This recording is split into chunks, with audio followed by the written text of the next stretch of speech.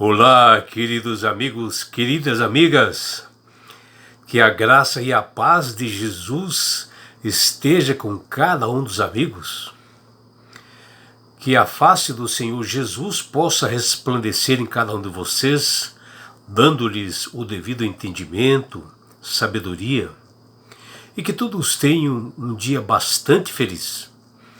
Vamos à sua lição?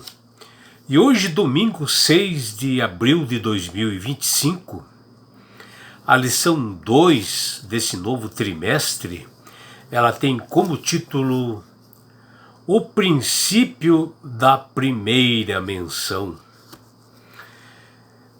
Essa palavra primeira menção, ou talvez a lei da primeira menção, é uma dúvida que muitas pessoas possuem por falta, às vezes, da prática mente do vocabulário dentro das Sagradas Escrituras. Mas a primeira menção, ela nada mais é do que a primeira citação de Deus dentro das Sagradas Escrituras, que ela é carregada para definir algo que está em outros capítulos, outras profecias subsequentes da Bíblia. São palavras assim, padrão, assim, usada por Deus, que ele usou, por exemplo, lá em Gênesis capítulo 22, versículo 2, onde a primeira menção aqui que fala é amor. Veja lá o que diz lá, ó, em Gênesis 22, versículo 2, diz lá, Deus diz para Abraão: toma teu filho, teu único filho, Isaque, a quem amas, e vai até a terra de Moriá, oferece-o ali em holocausto. Aqui a primeira menção é amor, né? Porque Deus tenta ver a fidelidade de Abraão através do amor. E Abraão, por amor, ele leva seu filho Isaque para ser sacrificado. Ou seja, seu único filho Abraão.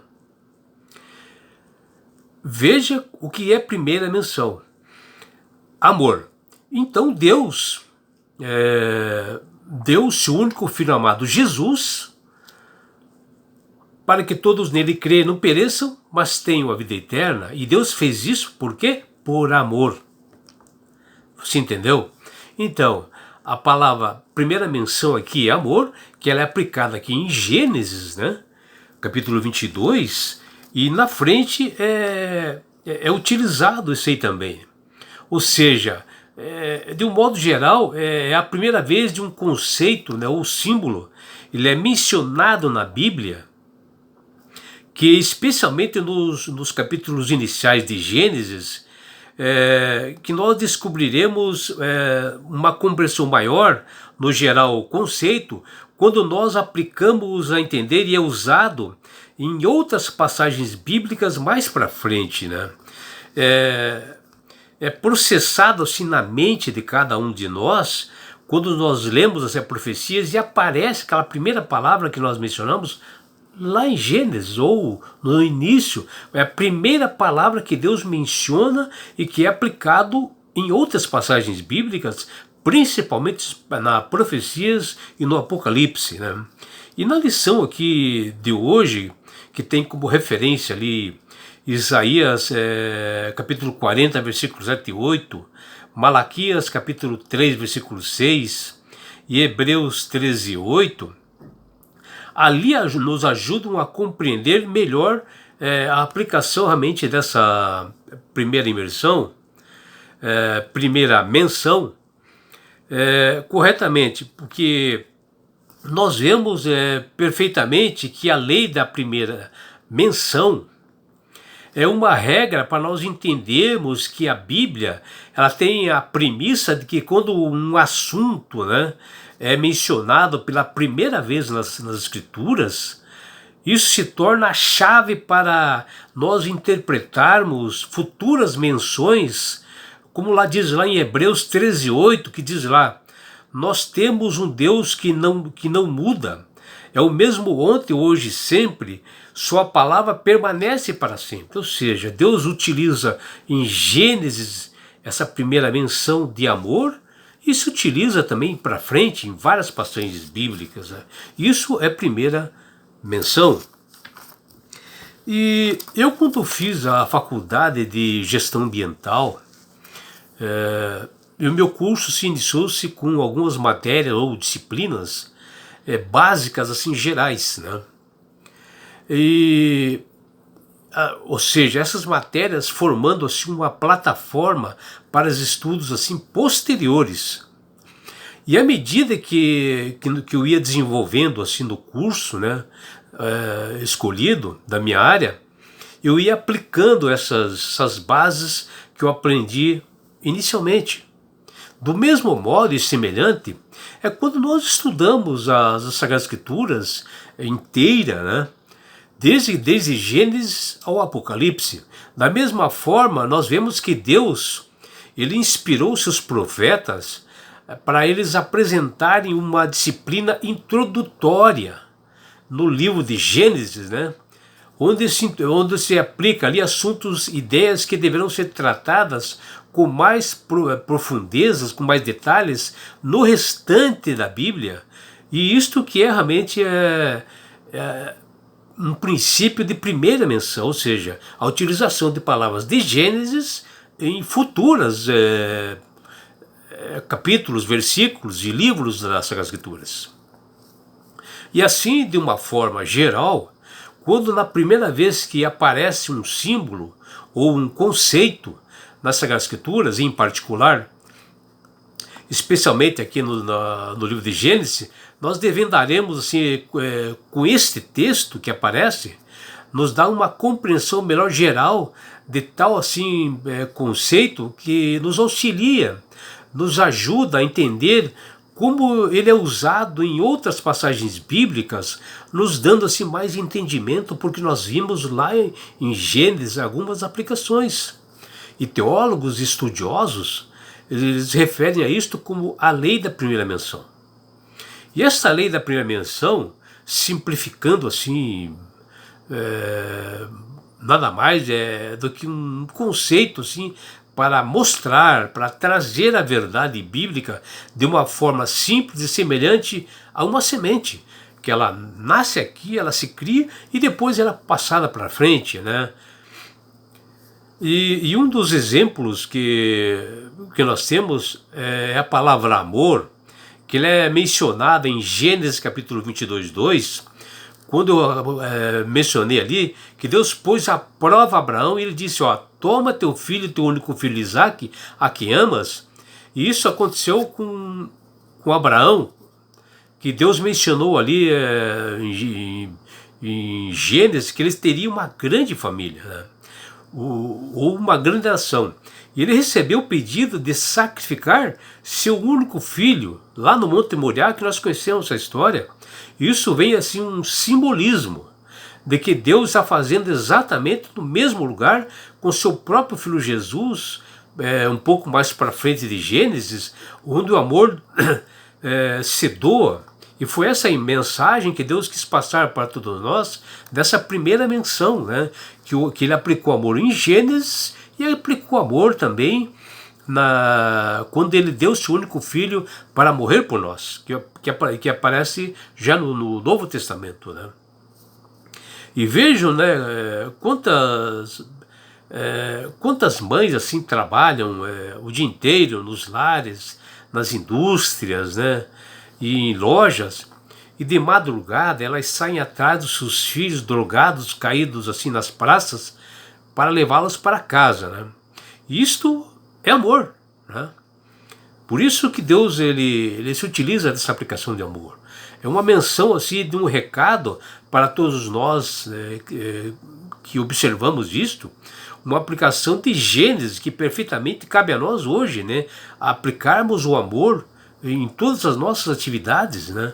E isto é uma primeira menção lá de Gênesis. E assim, ao estudarmos as Escrituras, temos que aplicar a lei da primeira menção para compreendermos perfeitamente as profecias, para que nós possamos fixar totalmente em nossa mente. Em Isaías 40, versículos 7 e 8, o profeta nos diz: seca-se a erva e cai as flores, separando nelas o hálito do Senhor. Na verdade, o povo é erva.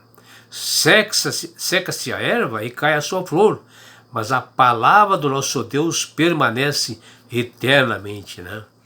Então, olha aqui, Deus usando mais uma vez a primeira menção, onde ele está comparando, né, nós a uma erva, né?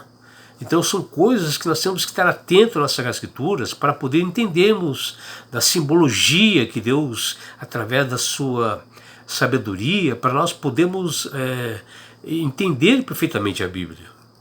Aqui Deus compara, né, os seres humanos à relva, às flores, né, que tem o seu tempo de vida, murcham, morrem, e a palavra de Deus ela é eterna, né?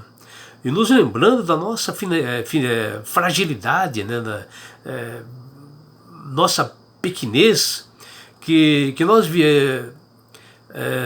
viraremos em pó, né? Do pó nós viemos e do pó nós retornaremos.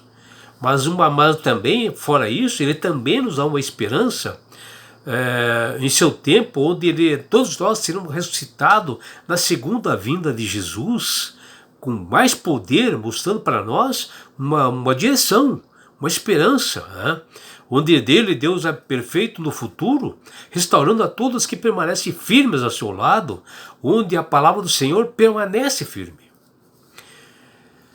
E aqui nós vemos que possuímos um Deus tremendo e poderoso e fiel. Ele não cai em enganos, né, dessa sociedade que nós temos hoje, que falam que a verdade é algo subjetivo, né? Muitos estudiosos falam isto, né, que a verdade é subjetiva, que se pode mudar ao longo do tempo. E esses incrédulos, céticos, até questionam a verdade das Sagradas Escrituras. Porém, queridos amigos que me acompanham aqui nesse estudo da lição, quando o Senhor Deus estabelece a verdade, a sua palavra, as suas leis e mandamentos, elas não mudam, jamais. Ele pode até colocar uma emensão da palavra com amor em Gênesis e no final da Bíblia, como Apocalipse, colocando também amor, porque é um Deus que não muda. É um Deus realmente que ele se firma dentro da sua lei e ele se mantém. Uma vez que ele começa a nos ensinar a verdade, né, repetições de princípios para os temas da Bíblia, para nós assim entendermos melhor, mas ele não muda os seus significados, né? Ele lança mais luz para nós termos entendimento, para nós termos realmente clareza das Sagradas Escrituras. E assim, quando nós debruçamos assim para estudar as profecias, faz sentido de nós adquirirmos uma boa compreensão do livro de Gênesis, mas também toda as Sagradas Escrituras, para nós buscarmos a devida compreensão lá em Apocalipse e nas profecias. Deus não muda a sua palavra.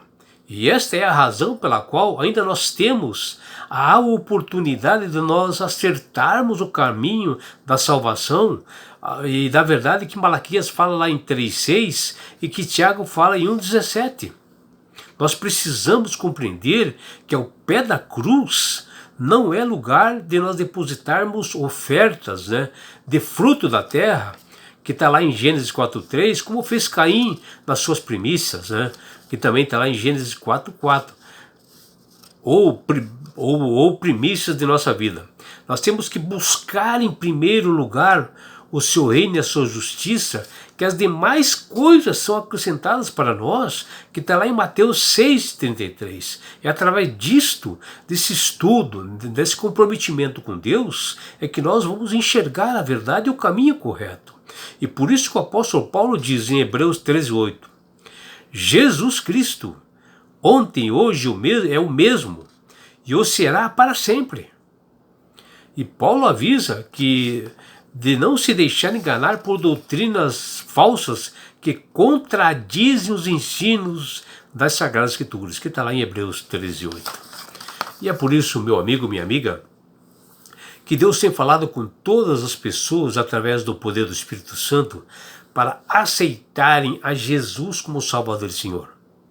Porque ele, Jesus, diz: eu sou o caminho, a verdade e a vida, ninguém vai ao Pai por mim, ou seja, a salvação é somente através dele. É simples assim. E foi ele, Jesus, que falou para nós quando ele esteve entre nós aqui neste mundo. E quando você aceita ele verdadeiramente, né, obedecendo os seus estatutos e mandamentos, na integridade, você passa a ser uma pessoa sábia, uma pessoa assim, de entendimento, uma pessoa que sabe manusear bem as Sagradas Escrituras. E com isto, quando você aceita verdadeiramente a Jesus, você ganhará de presente de Deus algo esplendoroso que chama-se salvação. E com isto, na grande volta de Jesus a este mundo que está se aproximando, ele, Jesus, levará você, seus filhos, sua família, seus amigos e todos nós para as mansões celestiais. Um lugar, meu amigo, minha amiga, onde não haverá mais morte, mais dores, mais aflições, não haverá mais perseguições. Você estará no céu. Já imaginou? Você terá a oportunidade de participar da grande boda do Cordeiro Jesus. E terá uma grande oportunidade de estar assim, face a face com Jesus. Já imaginou? E sabe por que Deus quer fazer isto com você, meu amigo? Com você, minha amiga? Porque Jesus te ama. Abraços do seu amigo João Carlos Amorim.